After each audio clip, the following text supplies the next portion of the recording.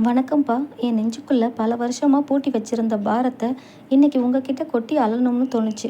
என் பேரு முத்து. ஆனா இந்த ஊர் என்ன ஒரு பொறுப்பற்ற குடிகாரன்னு தான் சொல்லும். அவங்க சொல்றதுல எந்த தப்பும் இல்லைங்க. என் மனைவி மீனா. அவ ஒரு தெய்வ பிறவிங்க. விடியற் காலையில 4 மணிக்கு எழுந்து மாவு அரைப்பா. அப்புறம் 4 வீட்டுக்கு வேலைக்கு போவா. தான் உடம்ப வருத்தி ரத்தத்த வியர்வையாக்கி என் மகள் காவியாவ வளர்த்தா. ஆனா நானோ ஒரு நாதியத்தவன் மாதிரி நண்பர்களோட சுத்துறது, குடிச்சிட்டு வந்து சண்டை போடுறதுன்னு என் சொந்த உலகத்திலேயே இருந்தேன். என் மகள் காவியாவுக்கு 5 வயசு இருக்கும்போதே நான் வீட்டுக்கு வர்ற சத்தத்தை கேட்டா பயந்து போய் அவங்க அம்மா பின்னாடி ஒளிஞ்சுக்குவா. ஏன்னா அவளுக்கு நான் அப்பா இல்லைங்க. அவங்க அம்மாவோட காசை பிடுங்குற ஒரு அரக்கன். ஒரு நாள் அளவுக்கு மிஞ்சிய உழைப்பால மீனாவுக்கு கடுமையான காய்ச்சல். அவளை ஆஸ்பத்திரிக்கு கூட்டிட்டு போக கூட காசு இல்லாத நிலைமை. அன்னைக்குன்னு பார்த்து நான் வழக்கம் போல குடிச்சிட்டு எங்கோ சாக்கடையோரமாக கிடந்தேன். மறுநாள் காலையில் நான் தள்ளாடிக்கிட்டே வீட்டுக்கு வந்தப்போ என் மீனா என்னை விட்டுட்டு போயிருந்தா. 10 வயசு புள்ள காவியா அம்மாவோட உடம்ப கட்டிக்கிட்டு அழுத அழுக இன்னும் என் காதுக்குள்ளே கேட்டுக்கிட்டே இருக்குங்க. வீட்டுக்குள்ளே நுழைஞ்ச என்ன அவள் ஒரு பார்வை பார்த்தா பாருங்க. அதில் பாசம் இல்லை, என்னை உயிரோட கொல்ற அளவுக்கு ஒரு பயங்கரமான வெறுப்பு மட்டும்தான் இருந்தது. மீனாவோட மறைவுக்கு பின்னாடி என் மண்டையில் யாரோ அடித்த மாதிரி இருந்ததுங்க. அன்னைக்கோட என் குடிப்பழக்கத்தை அடியோடு நிறுத்தினேன். என் மகளுக்காக மட்டுமே வாழணும்னு முடிவு பண்ணி காலையில் 4 மணிக்கெல்லாம் மூட்டை தூக்குற வேலைக்கு ஓடினேன். கை கால் வலிக்க வலிக்க உழைச்சி கொண்டே வர்ற காசில் அவளுக்கு பிடிச்சதையெல்லாம் பார்த்து பார்த்து செஞ்சேன். ஆனால் என் மக என்கிட்ட பேசுகிறதையே நிறுத்திட்டா. சாப்பாடு தட்டில் வச்சிருக்கேன், சாப்பிடு காவியா என்று நான் கெஞ்சினாலும் அவகிட்ட இருந்து ஒரு வார்த்தை வராது. என் முகத்தை கூட பார்க்காம தட்டை எடுத்துட்டு போய் அமைதியாக சாப்பிட்டுட்டு போயிடுவா. அந்த மௌனம் என் நெஞ்ச கத்தியால் குத்துற மாதிரி இருக்கும். அவள் 8வது படிக்கும்போது அவளோட பள்ளி யூனிஃபார்ம் அங்கங்கே கிழிஞ்சிருந்தது. அன்னைக்கு என் கையில் ஒரு பைசா கூட இல்லை. என்ன பண்ணுறதுன்னு தெரியாமல் பதறி போய் நேராக அரசு ஆஸ்பத்திரிக்கு ஓடி என் ரத்தத்தை விற்று காசு வாங்கினேன். அந்த காசில் அவளுக்கு புது துணி எடுத்துகிட்டு வந்து ஆசையாக நீட்டினேன். அதை வாங்கி என்ன பண்ணா தெரியுமா? அப்படியே என் முகத்துக்கு நேராக தரையில் தூக்கி எறிஞ்சா. இந்த காசு என் அம்மா உயிரோடு இருக்கும்போது எங்கே போச்சு? நீங்கள் வாங்கி தர்ற எதுவும் வேண்டாம் என்று கத்துனா. என் உடம்புல இருந்து ரத்தத்தை எடுத்த வலி கூட பெருசாக தெரியலைங்க. ஆனால் என் புள்ள சொன்ன அந்த வார்த்தை என் நெஞ்சை பிளந்துடுச்சு. அவள் தூக்கி எறிஞ்ச துணியை எடுத்து என் நெஞ்சோடு அணைச்சிக்கிட்டு அந்த இருட்டு அறையில் விடிய விடிய சத்தமில்லாமல் அழுதேன். வருஷங்கள் ஓடிடுச்சு. காவியா கல்லூரிக்கு போகிற அளவுக்கு வளர்ந்துட்டா. அவளோட படிப்புக்கோ செலவுக்கோ நான் எந்த குறையும் வைக்கலை. ஆனால் எங்களுக்குள்ளே இருந்த அந்த மௌன சுவர் இன்னும் பெருசாகிக்கிட்டே தான் இருந்தது. கல்லூரியில் பெரிய தொகை கட்ட வேண்டி இருந்தது. என்கிட்ட காசு இல்லை. என் மீனாவுக்கு நான் செஞ்ச ஒரே உருப்படியான காரியம் அவளோட தாலிச்சங்கிலியை மட்டும் அடகு வைக்காமல் காப்பாற்றினது தான். அதை தவிர என்கிட்ட இருந்த ஒரே சொத்தான என் பூர்வீக வீட்டோட ஒரு பகுதியை விற்றேன். பணத்தை கொண்டு போய் அவகிட்ட நீட்டினப்போ அவள் அதை அலட்சியமாக வாங்கிட்டுக்கிட்டு, இது நீங்கள் எனக்கு செய்கிற கடமை இல்லை, என் அம்மாவுக்கு செய்கிற பிராயச்சித்தம் அப்படின்னு என் முகத்தில் அடித்த மாதிரி சொன்னான். எனக்கு அப்படியே மூச்சு நின்றுடும் போல இருந்ததுங்க. நான் அவகிட்ட இருந்து எதையும் எதிர்பார்க்கலைங்க. எப்போதாவது ஒரு தரம் என்னை அப்பான்னு கூப்பிட மாட்டாளான்னு என் காதுகள் தவிச்சது. அவள் முழிச்சிருக்கும்போது என்னை அவள் பக்கத்தில் கூட சேர்க்க மாட்டாள். அதனால் அவள் நல்லா தூங்கினதுக்கப்புறம் நைஸாக அவள் தலைமாட்டுக்கிட்ட போய் உட்காருவேன். அவளுக்கு தெரியாமல் அவள் தலையை கோதி விட்டு அவள் நெத்தியில் முத்தமிட்டு அழுதுட்டு வர்றது தான் என் தினசரி வழக்கமாக இருந்தது. அவள் தான் என் உலகம். ஆனால் அவள் உலகத்தில் நான் ஒரு பாவி. காவியோட குணத்துக்கு ஏற்ற மாதிரி நல்ல இடத்துல இருந்து வரன் வந்ததுங்க. மாப்பிள்ளை ரொம்ப நல்லவர். என் மகளோட கல்யாணத்தை ஊரே மெச்சும்படி நடத்தணும்னு ஆசைப்பட்டேன். அதுக்காக பகலில் மூட்டை தூக்குற வேலை, நைட்டில் ஒரு கடையில் காவலாளி வேலைன்னு தூக்கம் இல்லாமல் உழைச்சேன். சாப்பாடு கூட ஒழுங்காக சாப்பிடாததால் என் உடம்பு சுருங்கி எனக்குள்ள வயசான தோற்றம் வந்துடுச்சு. கல்யாணத்தன்னைக்கு என் மக பட்டுப்புடவையில் தேவதை மாதிரி மணமேடையில் உட்கார்ந்துருந்தா. தாலி கட்டுற நேரம் வந்தப்போ சடங்குகளின்படி தந்தை தான் மகளை தார வார்த்து கொடுக்கணும்னு கூப்பிட்டாங்க. என் நடுகிற கைகளால் என் மகளோட பிஞ்சு கையை பிடிச்சி மாப்பிள்ளையோட கையில் வச்சேன். அப்போது என் கண்கள் அவள் கண்ணை தேடிச்சு.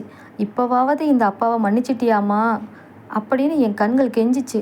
ஆனால் அவள் தன் பார்வையவே திருப்பிக்கிட்டா. அவளுக்கு இன்னும் அந்த பழைய குடிகார முத்து தான் தெரிஞ்சானே தவிர அவளுக்காக தான் உயிரையே உருக்கிற இந்த தந்தை தெரியலை. கல்யாணம் முடிஞ்சு அவள் புகுந்த வீட்டுக்கு காரில் கிளம்புனா. எல்லார்கிட்டையும் அழுதுகிட்டே விடைபெற்றா. ஆனால் வாசலில் கைகளை கூப்பிட்டு கொண்டு அழுதுக்கு நின்ன என்ன அவள் ஏறெடுத்தும் பார்க்கலைங்க. அந்த கார் மறையிற வரைக்கும் தெருவோர துணியில் சாஞ்சிக்கிட்டு நான் கதறி அழுதேன். என் வீடே இருண்டு போச்சு. மகள் போனதுக்கப்புறம் அந்த பாழடைஞ்ச வீட்டில் நான் முற்றிலும் தனிச்சு போனேன். அவன் நினப்பாவே இருந்ததால் என் உடம்பு ரொம்ப மோசமாகி ஒரு நாள் கடுமையான மாரடைப்பு வந்து நான் அரசு ஆஸ்பத்திரியில் அட்மிட் ஆனேன். மயக்க நிலையில் தீவிர சிகிச்சை பிரிவில் நான் கிடந்தப்போ மாப்பிள்ளை கார்த்திக் விஷயம் கேள்விப்பட்டு என் மகளை கூட்டிக்கிட்டு ஓடி வந்திருந்தாரு. அப்படியே எனக்கு லேசான மயக்கம் தெளிஞ்சு நான் கண்ணை திறந்தப்போ என் காவியா என் படுக்கைக்கு பக்கத்தில் நின்றுக்கிட்டு இருந்தா. எலும்பும் தோலுமா ஆக்சிஜன் மாஸ்க் மாட்டப்பட்டு கிடந்த என் கோலத்தை பார்த்து அவள் கண்ணில் கண்ணீர் தேங்கி நின்னுது. ஆனால் அவளோட பழைய கோபம் அவளை என்கிட்ட பேச விடாமல் தடுத்துச்சு. அப்போது மாப்பிள்ளை கார்த்திக் என் மகளோட கையை பிடிச்சிக்கிட்டு அவங்க பையில் இருந்து ஒரு பழைய டைரியை எடுத்தார். அதை பார்த்ததும் என் நெஞ்சு பதறிடுச்சு. அது நான் இத்தனை வருஷமாக என் காவியாவுக்காக எழுதின டைரி. என் வீட்டு அலமாரியில் நான் வச்சுருந்ததை மாப்பிள்ளை கார்த்திக் நான் ஆஸ்பத்திரியில் இருக்கேன்னு வீட்டுக்கு வந்தப்போ எடுத்துகிட்டு வந்திருக்காரு. கார்த்திக் என் மகள்கிட்ட சொன்னார், காவியா, உன் அப்பா மேலே உனக்கு இருக்கிற கோபம் நியாயமானது தான். ஆனால் நீ பார்க்காத அவரோட இன்னொரு பக்கத்தை இந்த டைரி சொல்லுது. இதை படித்து பாரு அப்படின்னு சொன்னார். காவியா நடுங்கிற கைகளோட அந்த டைரியை திறந்து படிக்க ஆரம்பித்தா. ஆஸ்பத்திரி அரை முழுக்க அமைதியாக இருக்க அவள் டைரியை புரட்டுற சத்தமும் அவளோட விம்மல் சத்தமும் மட்டும்தான் கேட்டுச்சு. அதில் ஒவ்வொரு நாளும் நான் எழுதின என் மனசு இருந்தது. இன்று என் காவியாவுக்கு பிடிச்ச உருளைக்கிழங்கு வறுவல் செஞ்சேன். அவளுக்கு பிடிச்சிருந்தது. ஆனால் என்கிட்ட காட்டிக்கல. பரவாயில்லை, என் பிள்ளை சாப்பிட்டதே எனக்கு போதும். இன்று காவியா என்னை வெறுப்பதாக கூறினாள். அவள் சொல்கிறது சரிதான். அவங்க அம்மாவை காப்பாற்றாத இந்த பாவிக்கு இந்த தண்டனை பத்தாது. ஆனால் என் மூச்சு நிற்கிற வரை அவளுக்காக மட்டுமே உழைப்பேன். என் மகள் கல்யாணத்தன்னைக்கு எவ்வளவு அழகாக இருந்தா. அவளை தொட்டு ஆசிர்வதிக்க என் கைகள் நடுங்கிச்சு. என் மேலே இருக்கிற வெறுப்பால் அவள் சந்தோஷமாக வாழ்ந்தா. அந்த வெறுப்பே எனக்கு கோடி புண்ணியம். டைரியோட கடைசி பக்கங்களில் அவள் பள்ளி படிக்கும்போது யூனிஃபார்ம் எடுக்க நான் அவளுக்காக ரத்த தானம் செஞ்ச ரசீதுகளும் அவள் கல்லூரி படிப்புக்காக வாங்கின கடனை மூட்டை தூக்கி அடைச்ச ரசீதுகளும் ஒட்டப்பட்டிருந்தது. அதை படித்து முடித்ததும் என் மகளோட நெஞ்சு வெடிச்சிடுச்சுங்க. இத்தனை வருஷமாக இந்த தந்தைப்பட்ட அவமானங்களும் தியாகங்களும் அவளுக்கு அப்போதான் புரிஞ்சது. தான் ஒரு பொய்யான கோபத்தில் தன் தந்தை செஞ்ச இத்தனை பெரிய தியாகத்தை மிதிச்சிட்டோமேன்னு அவள் அழுதுகிட்டே என் காலடியில் விழுந்தா. என் காலடியில் விழுந்து கதறிய என் மகளை என் பலவீனமான கைகளால் தூக்க முயற்சி பண்ணேன். அவள் என் கைகளை பற்றி கொண்டு, அப்பா, என்னை மன்னிச்சிருங்கப்பா, இத்தனை வருஷமாக உங்களை ரொம்ப கொடுமைப்படுத்திட்டேன்ப்பா, என்னை ஒரு தரம் காவியான்னு கூப்பிடுங்கப்பா அப்படின்னு கதறி அழுதா. என் ஆக்சிஜன் மாஸ்கை கலட்டிட்டு தழுதழுத்த குரலில், என் காவியாம்மா, அப்பா உன் மேலே கோபப்படலடா. அன்னைக்கு உங்கள் அம்மாவை இழந்ததுக்கு இந்த தந்தை பிராய்ச்சித்தம் தான் செஞ்சேன். நீ என்னை வெறுத்தாலும் நீ ஏன் புள்ளடா அப்படின்னு சொன்னேன். நாங்கள் 2 பேரும் கட்டி பிடிச்சி அழுத அழுகையில் அத்தனை வருஷம் மௌனமும் வலியும் கரைஞ்சி போச்சுங்க. ஆஸ்பத்திரியில் இருந்து டிஸ்சார்ஜ் ஆகி என் மகளோட வீட்டுக்கு வந்து 3 மாதம் ஆகுது. இத்தனை வருஷமாக என்னை ஒரு எதிரி மாதிரி பார்த்த என் புள்ள இப்போது எனக்கு ஒரு சின்ன இருமல் வந்தால் கூட பதறி போயிடுறா. மாப்பிள்ளை கார்த்திக்கும் என்னை அவரோட சொந்த அப்பா மாதிரி தான் பார்த்துக்கிறாரு. ஆனால் மனசுக்குள்ளே ஒரு சின்ன தயக்கம் இன்னும் இருந்துக்கிட்டே இருந்ததுங்க. 20 வருஷமாக பேசாமல் இருந்துட்டு திடீர்னு ஒன்றா வாழும்போது வர்ற ஒரு யதார்த்தமான தயக்கம் தான் அது. நான் அவங்க வீட்டில் சும்மா உட்காந்து சாப்பிடக்கூடாதுன்னு நினச்சேன்.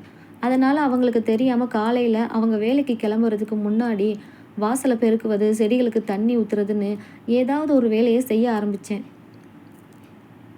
ஒரு நாள் நான் வாசலை பெருக்கிக்கிட்டு இருந்தப்போ காவியா வேகமாக ஓடி வந்து என் கையில் இருந்த துடப்பத்தை பிடுங்கினான். ஏன்பா இப்படி பண்ணுறீங்க? நீங்கள் உடம்ப கெடுத்துக்கிட்டு கஷ்டப்பட்டது போதும். இப்போவாவது சும்மா இருக்கக்கூடாதா அப்படின்னு கொஞ்சம் அதிகாரமாகவும் பாசமாகவும் கத்துனான். நான் லேசாக சிரிச்சுக்கிட்டே, இல்லைம்மா, சும்மா இருந்த கை கால் எல்லாம் வலிக்குது, அதான் அப்படின்னு இழுத்தேன். அப்போது அவன் என் கண்ணை பார்த்து, உங்களுக்கு வேலை செய்யணும்னு தோணுனா எனக்காக ஒன்று பண்ணுங்கப்பா. உங்கள் கைப்பட எனக்கு சமைச்சு போடுங்க. சின்ன வயசில் அம்மா இல்லாதப்போ நீங்கள் வச்ச உருளைக்கிழங்கு வறுவல் வாசனை இன்னும் என் மனசுக்குள்ளே இருக்குப்பா அப்படின்னு சொன்னான். அவள் சொன்ன அந்த ஒரு நிமிஷம் என் நெஞ்சில் இருந்த ஏதோ ஒரு பாரம் அப்படியே இறங்கிருச்சுங்க. இத்தனை வருஷ வெறுப்புக்கு நடுவுலையும் நான் செஞ்ச சமையலோட வாசனையை என் புள்ள மறக்காமல் வச்சிருக்காளேன்னு நினச்சப்போ என் கண்ணில் இருந்து ஆனந்த கண்ணீர் வழிஞ்சது. அடுத்த சில மாதங்களில் எங்கள் குடும்பத்தில் ஒரு பெரிய சந்தோஷம் தேடி வந்ததுங்க. என் காவியா கர்ப்பமாக இருக்கான்ற நல்ல செய்தியை மாப்பிள்ளை என்கிட்ட சொன்னார். அன்னைக்கு நைட்டு முழுக்க தூக்கமே எனக்கு வரலைங்க. என் மீனா இறந்தப்போ இந்த வீடு எப்படி இருண்டு போச்சோ, இப்போ ஒரு புது உயிர் மூலமா வெளிச்சம் வரப்போகுதுன்னு நினச்சப்போ என் கைகள் தானாக சாமி கும்பிட்டுச்சு. காவியாவுக்கு மாதம் ஆக ஆக அவளுக்கு என்ன பிடிக்கும் ஏது பிடிக்கும்னு பார்த்து பார்த்து செஞ்சேன். அவளுக்கு பிடிச்ச வளைகாப்பு விழாவை ரொம்ப யதார்த்தமாக ஆனால் அன்பாக நடத்தினோம். வளைகாப்பு அன்னைக்கு எல்லாரும் அவளுக்கு வளையல் மாட்டி ஆசிர்வாதம் செஞ்சாங்க. கடைசியாக நான் போய் அவள் தலைமையில் கை வச்சு ஆசிர்வாதம் பண்ணும்போது அவள் என் கைகளை பிடிச்சி அவள் வயிற்று மேலே வச்சா.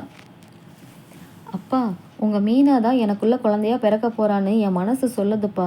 இந்த தரம் அவளை நம்ம எல்லாரும் நல்லா பார்த்துக்கணும்ப்பா அப்படின்னு அவள் சொன்னப்போ அங்கே சுற்றி நின்ன சொந்தக்காரங்க எல்லாரும் கண் கலங்கிட்டாங்க. அவள் சொன்னபடியே அடுத்த சில வாரங்களில் காவியாவுக்கு ஒரு அழகான பெண் குழந்தை பிறந்ததுங்க. ஆஸ்பத்திரியில் அந்த பச்சை குழந்தைய என் கையில் கொடுத்தப்போ எனக்கு அப்படியே என் மனைவி மீனாவே பிறந்து வந்த மாதிரி இருந்தது. 20 வருஷத்துக்கு முன்னாடி ஒரு குழந்தையோட அழுக சத்தத்தோட என் வாழ்க்கை இருண்டு போச்சு. இன்னைக்கு அதே ஒரு குழந்தையோட அழுக சத்தத்தோட என் மீதி வாழ்க்கை அழகாக மாறி இருக்கு. இன்னைக்கு என் பேத்திக்கு 5 வயசு ஆகுதுங்க. அவளுக்கு நாங்கள் மீனானே பேர் வச்சுருக்கோம். இப்போது இந்த வீட்டில் நான் ஒரு பாவி முத்து இல்லைங்க, ஒரு செல்ல தாத்தா. சாயங்காலம் ஆனால் போதும் என் பேத்தி என் மடியில் வந்து உட்காந்துக்கிட்டு தாத்தா கதை சொல்லு தாத்தான்னு என் தாடியை பிடிச்சி இழுப்பா. நான் அவளுக்கு பாச கதைகளை சொல்லிக்கிட்டே இருக்கும்போது தூரத்தில் இருந்து காவியா எங்களையே பார்த்துக்கிட்டே இருப்பா.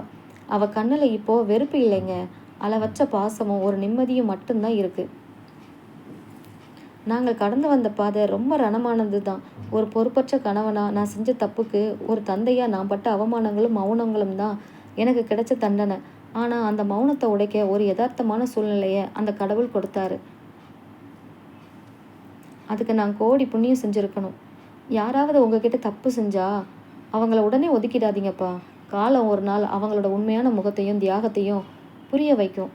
இன்னைக்கு என் மகளோட மடியில் தலை வச்சு படுக்கும்போது எனக்கு தோணுது, இந்த உலகத்தில் ஒரு தந்தைக்கு இதை விட பெரிய சொர்க்கம் எதுவும் இல்லைங்க. என் பேத்தி மீனாவுக்கு 5 வயசு முடிஞ்சு இப்போ அவளுக்கு 6வது வயசு நடக்குதுங்க. வாழ்க்கை ரொம்ப நிம்மதியாக எந்த பிரச்சனையும் இல்லாமல் ஓடிக்கிட்டு இருந்தது. ஆனால் காலம் நமக்காக எப்போவுமே ஒரே மாதிரியான பாதையை வச்சிருக்கிறது இல்லையே. என் பேத்தி மீனாவுக்கு பள்ளிக்கூடத்தில் சேர்க்கறதுக்கான வேலைகள் நடந்துக்கிட்டே இருந்தது. ஒரு நாள் மாப்பிள்ளை கார்த்திக்கும் காவியாவும் ஏதோ ஒரு முக்கியமான விஷயத்தை பற்றி ரொம்ப நேரமாக பேசிக்கிட்டு இருந்தாங்க. நான் வழக்கம் போல் சமையல் அறைக்குள்ள வேலை செஞ்சுக்கிட்டே கவனித்தேன். 2 பேர் முகத்துலேயும் ஒரு பதற்றம் தெரிஞ்சது. நான் மெதுவாக ஹாலுக்கு வந்து என்னப்பா விஷயம், ஏதும் பிரச்சனையா அப்படின்னு கேட்டேன். மாப்பிள்ளை கார்த்திகேய முகத்தை பார்த்துட்டு லேசாக தயங்கினாரு. அப்புறம் காவியா தான் பேச ஆரம்பித்தா. அப்பா, கார்த்திக்கு ஆஃபீஸில் இருந்து அடுத்த 3 வருஷத்துக்கு லண்டனில் வேலை பார்க்குறதுக்கான ப்ராஜெக்ட் வந்திருக்குப்பா. சம்பளமும் அதிகம், கார்த்திக்கோட கரியருக்கும் இது ரொம்ப முக்கியம் அப்படின்னு இழுத்தா. எனக்கு ஒரு நிமிஷம் நெஞ்சு அடைக்கிற மாதிரி இருந்ததுங்க. இப்போதானே என் பிள்ளையோட பாசம் எனக்கு கிடச்சிது, அதுக்குள்ளே அவன் என்னை விட்டு தூரமாக போக போகிறாளான்னு என் உள் மனசு பதறிச்சு. ஆனால் ஒரு தந்தையாக அவங்களோட வளர்ச்சிக்கு நான் முட்டுக்கட்டையாக இருக்கக்கூடாதுன்னு நினச்சேன். இது ரொம்ப நல்ல விஷயந்தானேம்மா. கார்த்திக் தம்பி, நீங்கள் கண்டிப்பாக போகணும். என் பிள்ளையும் பேத்தியும் உங்கள் கூட வரட்டும், அங்கே போய் நல்லபடியாக இருங்க அப்படின்னு என் மனசை கல்லாக்கிக்கிட்டு சொன்னேன். நாங்கள் மட்டும் இல்லைப்பா, நீங்களும் எங்கள் கூட வர்றீங்க, உங்களை நாங்கள் இங்கே தனியாக விட்டுட்டு போக மாட்டோம் அப்படின்னு மாப்பிள்ளை கார்த்திக் சொன்னார். நான் அதிர்ச்சியில் நின்னேன். இல்லை தம்பி, எனக்கு இந்த வயசில் வெளிநாடு எல்லாம் செட் ஆகாது. இந்த முத்து பிறந்த மண்ணிலேயே வாழ்ந்து பழகிட்டான். நான் நம்ம பழைய வீட்டுக்கே போய்க்கிறேன், நீங்கள் கிளம்புங்க அப்படின்னு மறுத்தேன். ஏன்னா அவங்க வாழ்க்கையில் நான் ஒரு சுமையாக இருக்க விரும்பலை. நான் வரமாட்டேன்னு பிடிவாதமாக சொன்னதும் காவியா முகமே மாறிப்போச்சு. அவள் அன்னைக்கு நைட்டு முழுக்க என்கிட்ட பேசவே இல்லை. எனக்குள்ள பழைய பயம் மறுபடியும் வர ஆரம்பிச்சது. ஒருவேளை நான் வராததுனால என் பிள்ளைக்கு என் மேலே மறுபடியும் கோபம் வந்துடுமோ, நம்ம பழையபடி பேசி பழகாமல் போயிடுவோமோன்னு அன்றைக்கி ராத்திரி எனக்கு தூக்கமே வரல. மறுநாள் காலையில் 4 மணிக்கெல்லாம் எனக்கு தூக்கம் கலைஞ்சிடுச்சு. மெதுவாக ஹாலுக்கு வந்தப்போ அங்கே காவியா தனியாக உட்காந்து அழுதுகிட்டே இருந்தா. நான் பதறி போய் அவள் பக்கத்தில் போனேன். காவியாம்மா, ஏன்டா அழுகிற, அப்பா எதுவும் தப்பாக சொல்லிட்டேனா அப்படின்னு அவள் தலையை தொட்டேன். அவள் என் கைகளை பிடிச்சிக்கிட்டு கதற ஆரம்பித்தா. ஏன்பா இன்னும் என்னை உங்கள் பிள்ளைய நினைக்க மாட்டேங்கிறீங்க? நீங்கள் வராததுக்கு வெளிநாடு பிடிக்காதுன்றது காரணம் இல்லைப்பா. நாங்கள் உங்களை ஒரு பாரமாக நினச்சிடுவோமோன்னு நீங்கள் பயப்படுறீங்க, அதானே அப்படின்னு என் மனசுக்குள்ளே இருந்த நிஜத்தை அப்படியே உடைச்சா. 20 வருஷமா உங்கள ஒரு எதிரி மாதிரி பார்த்தவன் நான். ஆனா நீங்க எனக்கு தெரியாம என் நெத்தியில முத்தமிட்டு அழுத கண்ணீரோட ஈரம் இந்த டைரி மூலமா என் மனசுல இன்னும் அப்படியே இருக்குப்பா. இப்போ நான் உங்கள விட்டுட்டு போனா, என் அம்மாவுக்கு நான் செஞ்ச துரோகம் மாதிரி ஆகிடும்பா. எனக்கு உழைச்சு கொடுத்த உங்க கைகள இப்ப வயசான காலத்துல தாங்கி பிடிக்கிற பாக்கியத்த எனக்கு கொடுங்கப்பா. அப்படின்னு சொல்லி என் மடியில தல வச்சு அழுதா. என் பிள்ளையோட அந்த வார்த்தைகள் இத்தனை வருஷமா என் மனசுக்குள்ள இருந்த எல்லா தயக்கங்களையும் பயங்களையும் பனி போல கரைய வச்சதுங்க. அவளோட பாசத்துக்கு முன்னாடி என் பிடிவாதம் தோத்து போச்சு. கடைசியா என் மகளோட ஆசைப்படியே நானும் அவங்க கூட லண்டன் கிளம்ப சம்மதிச்சேன். கிளம்புறதுக்கு முன்னாடி என் மீனா வாழ்ந்த எங்க பழைய வீட்டுக்கு போனேன். அங்கே அவளோட புகைப்படத்துக்கு முன்னாடி நின்று, மீனா, உன் புள்ள என்ன ரொம்ப பத்திரமா பார்த்துக்கிறா. உன்னை நான் இழந்தாலும் அவ மூலமா உன்னோட பாசத்தை தினமும் நான் அனுபவிச்சுக்கிட்டு தான் இருக்கேன். என்னை மன்னிச்சிடு அப்படின்னு மனசார வேண்டிக்கிட்டேன்.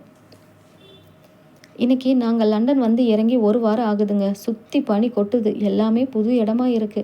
ஆனால் இந்த அந்நிய தேசத்துலையும் எனக்கு எந்த குளிரும் தெரியலைங்க.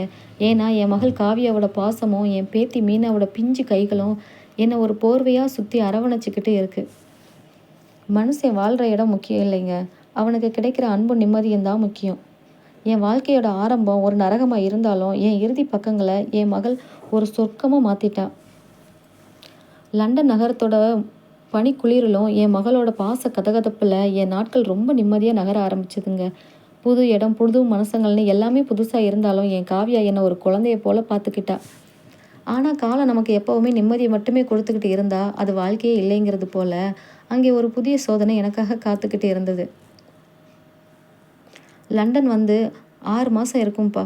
ஒரு நாள் காலையில் வழக்கம் போல் என் பேத்தி மீனாவை ஸ்கூலுக்கு கிளப்பி கொடுத்துட்டு சமையலறையில் காவியாவுக்கு உதவி செஞ்சுக்கிட்டு இருந்தேன். திடீர்னு என் வலது கை விரல்களில் ஒரு மரத்து போன உணர்வு. கையில் இருந்த வெந்நீர் பாத்திரம் அப்படியே நழுவி தரையில் விழுந்துடுச்சு. அடுத்த சில நொடிகளில் என் வலது காலும் என் கட்டுப்பாட்டை இழந்து நான் சமையலறை தரையில் அப்படியே சரிஞ்சு விழுந்தேன். வாயை திறந்து காவியான்னு கூப்பிட நினச்சேன். ஆனால் என் நாக்கு குழஞ்சி வார்த்தைகள் வரலைங்க.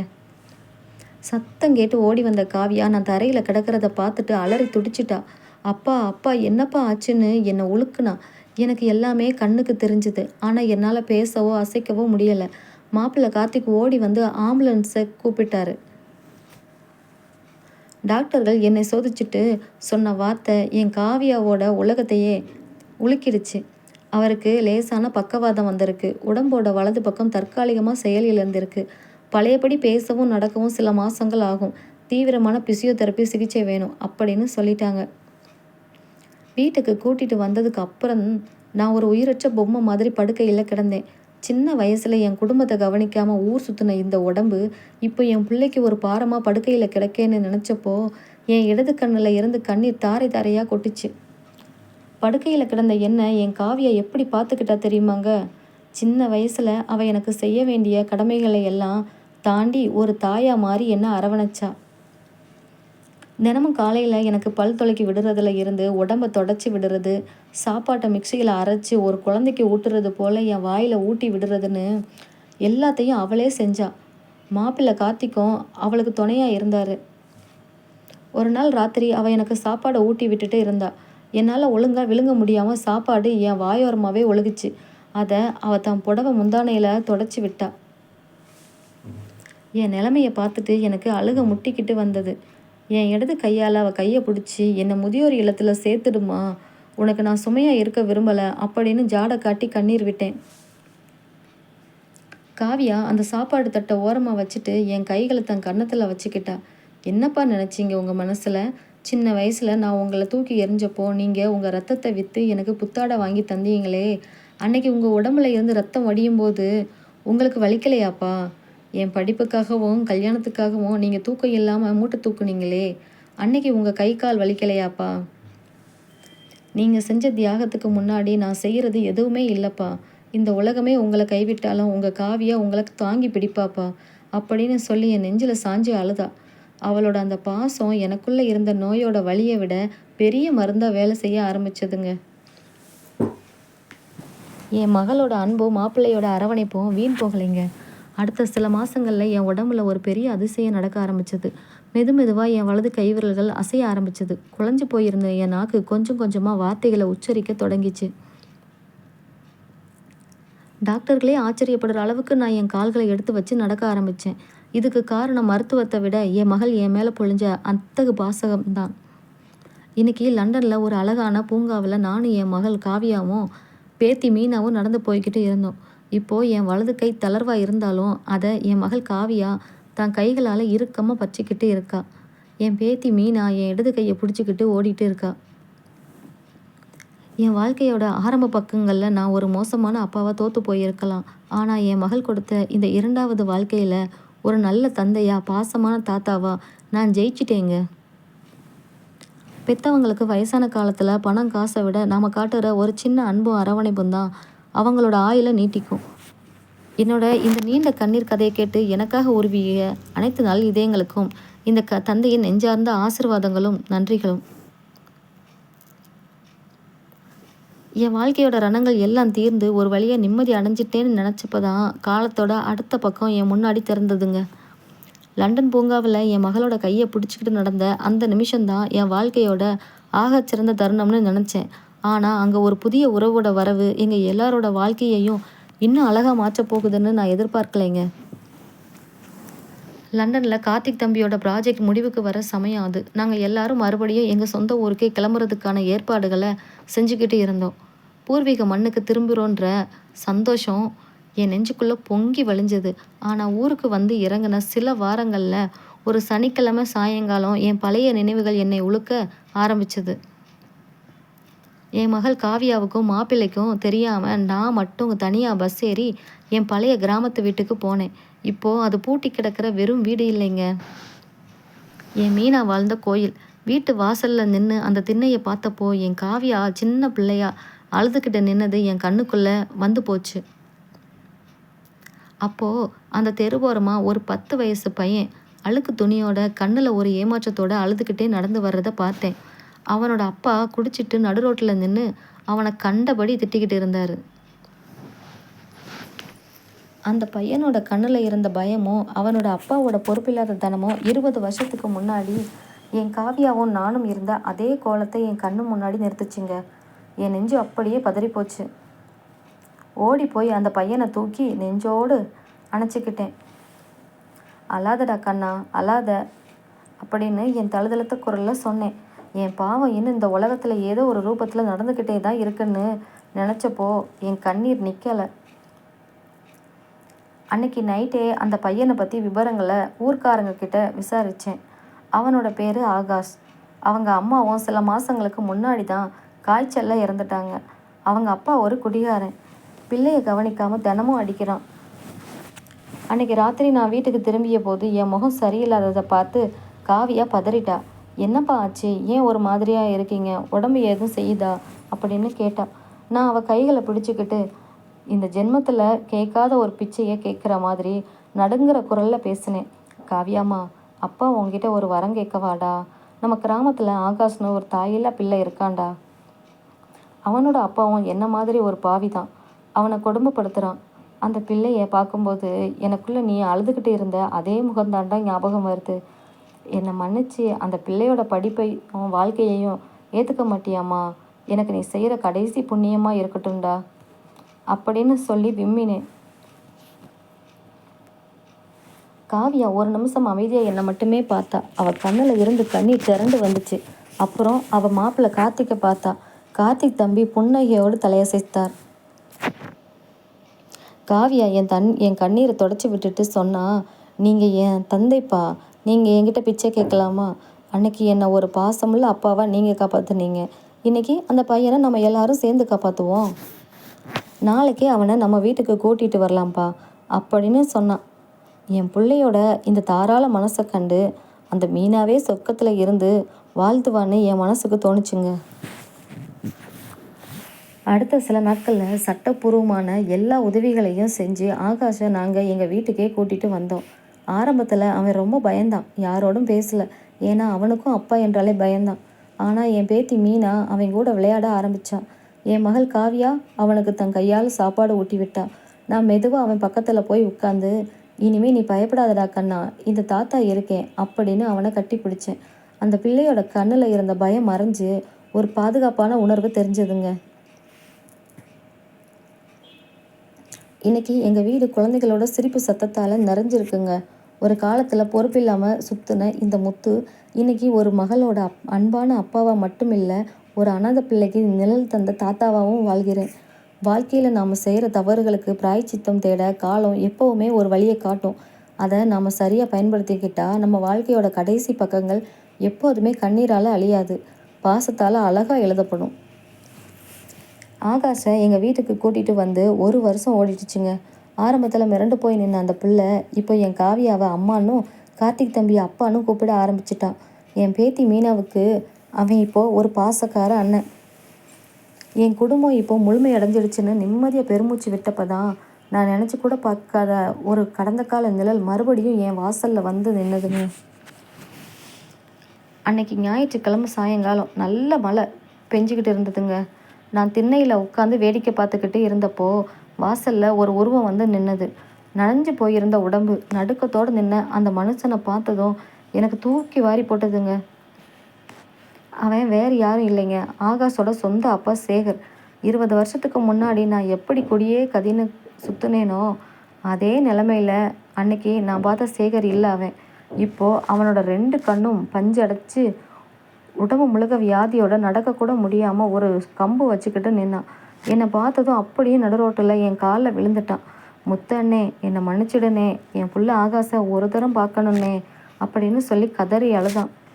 அவனோட அழுக சத்தம் கேட்டு வீட்டுக்குள்ளே இருந்து காவியாவும் கார்த்திக்கும் வெளியே வந்தாங்க. காவியாவோட கையை பிடிச்சிக்கிட்டு ஆகாஷும் வெளியே வந்தான். தன் அப்பாவை பார்த்ததும் ஆகாஷ் பயந்து போய் காவியா பின்னாடி ஒளிஞ்சிக்கிட்டான். காவியாவோட முகத்தில் பழைய கோபம் லேசாக தலை தூக்கிச்சு.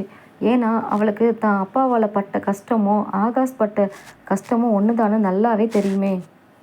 எந்த மூஞ்சியை வச்சுக்கிட்டு இங்கே வந்தீங்க? அன்னைக்கு அந்த புள்ள நடுரோட்டில் அடித்து விரட்டும் போது இந்த பாசம் எங்கே போச்சுன்னு காவியா ஆத்திரமாக கேட்டான். சேகர் நடுக்கிற கைகளால் காவியாவை பார்த்து கும்பிட்டான். அம்மா, நீங்கள் சொல்கிறது சரிதாம்மா. நான் என் பிள்ளைக்கு துரோகம் செஞ்ச பாவிதான். குடியே கதின்னு கிடந்ததால இப்போ என் 2 கிட்னியும் கெட்டு போச்சுமா. நான் இன்னும் சில வாரங்கள் தான் உயிரோடு இருப்பேன்னு டாக்டர் சொல்லிட்டாங்க. சாகிறதுக்குள்ளே என் புள்ள நல்ல இடத்துல உங்களை மாதிரி நல்லவங்க கிட்ட வளர்றான்னு கண்ணார பார்க்க வந்தேம்மா. அவங்கிட்ட நான் செஞ்ச தப்புக்கு மன்னிப்பு கேட்கணும்மா அப்படின்னு தரையில் முட்டி அழுதுகிட்டே சொன்னான். அவன் கிடந்த கோலத்தை பார்த்தப்போ எனக்கு 20 வருஷத்துக்கு முன்னாடி ஆஸ்பத்திரி படுக்கையில் நான் கிடந்த கோலம்தான் ஞாபகத்துக்கு வந்தது. அன்னைக்கு என் மகள் காவியா என்னை மன்னிச்சு ஏற்றுக்கலைன்னா நானும் அனாதையாக தான் செத்து போயிருப்பேன். நான் மெதுவாக போய் சேகரை தூக்கி திண்ணையில் உட்கார வச்சேன். அப்புறம் ஆகாஷ் பக்கத்தில் போய் அவனோட பிஞ்சு கைகளை பற்றிக்கிட்டேன். ஆகாஷ் கண்ணா, தாத்தா சொல்கிறத கேளுடா. இந்த உலகத்தில் பெற்றவங்க செய்கிற தப்புக்கு அவங்க சாகிறப்போ படுற நரக வேதனை தான் அவங்களுக்கான ஆகப்பெரிய தண்டனை. உங்கள் அப்பா இப்போது தன் தவற்றை உணர்ந்து கண்ணீர் வடிக்கிறான்டா. அன்னைக்கு உங்கள் அம்மா இறந்தப்போ உங்கள் அப்பா குடிகாரனாக இருந்திருக்கலாம். ஆனால் இன்றைக்கி சாக கிடக்கிற ஒரு மனுஷனை மன்னிப்புக்காக ஏங்குற ஒரு அப்பாவை நம்ம வெறுப்போடு அனுப்பக்கூடாதுடா. போய் உங்கள் அப்பாவை பாருடா அப்படின்னு சொன்னேன். என் வார்த்தையை கேட்டு காவியா கண்ணில் தன் கண்ணீர் வழிஞ்சது. அவள் ஆகாஷோட முதுகை தட்டி, போடா கண்ணா, அப்பா கிட்ட போ அப்படின்னு அனுப்புனான். ஆகாஷ் மெதுவாக நடந்து போய் அப்பான்னு சேகரை கட்டி பிடிச்சான். அந்த ஒரு வார்த்தையில் அந்த பாதி சேகரோட கண்ணில் இருந்து ஆனந்த கண்ணீர் கொட்டிச்சுங்க. என்னை மன்னிச்சிடுடா மகனே, என்னை மன்னிச்சிடுடான்னு அந்த மலையில் அவனோட கண்ணீர் கரைஞ்சி போச்சு. ஆகாஷோட அப்பா சேகரை நாங்கள் நடுரோட்டில் விட்டுடலைங்க. கார்த்திக் தம்பி அவரோட கடைசி நாட்களுக்கான மருத்துவ செலவுகளை ஏற்றுக்கிட்டாரு. சேகர் ஆஸ்பத்திரியில் இருந்த அந்த 1 மாதமும் ஆகாஷ் அவங்க அப்பா பக்கத்துலேயே இருந்து கவனிச்சுக்கிட்டான். அவனோட கடைசி மூச்சு பிரியறப்போ தான் பிள்ளையோட கையை என் காவியா மற்றும் கார்த்திக் தம்பியோட கையில் வச்சுட்டு நிம்மதியாக கண்ணை மூடினான். ஒரு அப்பாவாக தோற்று போன சேகருக்கு அவனோட இறுதி நாட்களில் மகனோட அன்பும் ஒரு நல்ல மரணமும் கிடச்சதுக்கு நாங்கள் ஒரு காரணமாக இருந்தோம்னு நினச்சப்போ என் நெஞ்சு நிறைஞ்சு போச்சுங்க. இன்றைக்கி எங்கள் வீட்டு கார்டனில் என் பேத்தி மீனாவும் பேரன் ஆகாஷும் விளையாடிக்கிட்டே இருக்காங்க. தூரத்தில் இருந்து காவியா எங்கள் 3 பேருக்கும் காஃபி எடுத்துகிட்டு வர்றா. என் வாழ்க்கை எனக்கு ஒரு விஷயத்தை தெளிவாக கற்றுக் கொடுத்துருக்குங்க. தப்பு செய்கிற மனிதர்களை நாம் வெறுப்பால் தண்டிச்சுக்கிட்டே இருந்தால் இந்த உலகத்தில் வெறுப்பு மட்டும்தான் மிஞ்சும். ஆனால் அவங்க தவற்றை உணரும்போது நாம் காட்டுற ஒரு சின்ன மன்னிப்பும் அன்பும் ஒரு தலைமுறையையே மாற்றிடும். அன்னைக்கு என் மகள் காவியா காட்டிய மன்னிப்பு தான் இன்னைக்கு ஆகாஷ்ன்ற ஒரு பையனோட வாழ்நாளுக்கே வெளிச்சம் தந்திருக்கு. பெத்தவங்களை மதித்து தப்பு செஞ்சவங்களை மன்னிக்க தெரிஞ்ச என் மகள் காவியா மாதிரி பிள்ளைகளை பெற்ற எல்லா தாய் தகப்பன்மார்களும் இந்த உலகத்தில் பாக்கியவான்கள் தான். என் குடும்பத்தோட இந்த நிகழ்ச்சியான கதையை இவ்வளவு தூரம் உங்கள் வீட்டு கதை மாதிரி கேட்டு உருக்கிய நல்ல உள்ளங்கள் எல்லாருக்கும் இந்த முத்து தாத்தாவின் மனமார்ந்த நன்றிகளும் ஆசீர்வாதங்களும். எல்லோரும் பாசத்தோடும் நிம்மதியோடும் வாழுங்கப்பா. தேங்க்யூ.